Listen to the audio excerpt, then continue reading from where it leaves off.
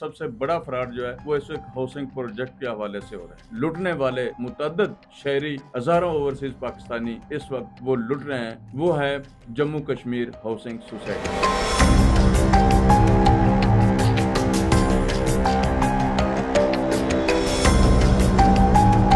जिक्र कर रहा था जम्मू कश्मीर हाउसिंग सोसाइटी और गुलबर्ग ग्रीन की पोजीशन क्या होती है कि कोई सोसाइटी, किसी भी सोसाइटी की जमीन जब दूसरी सोसाइटी को दी जाती है या उनसे मर्जर किया जाता है तो उसके भी कुछ कानूनी तकाजे होते हैं।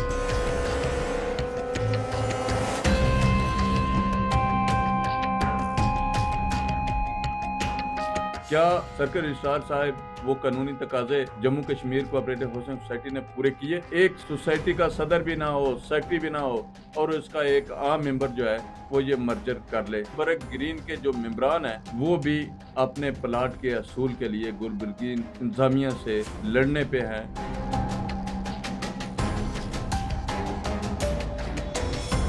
फैसल टाउन फेज 2 के मुबीना जो मालिक हैं जनाब चौधरी मजीद साहब ने, उसने भी जम्मू कश्मीर की KMT पे हाथ रखा, जमीन खरीदने की कोशिश की, वहां पे कब्जे की कोशिश की।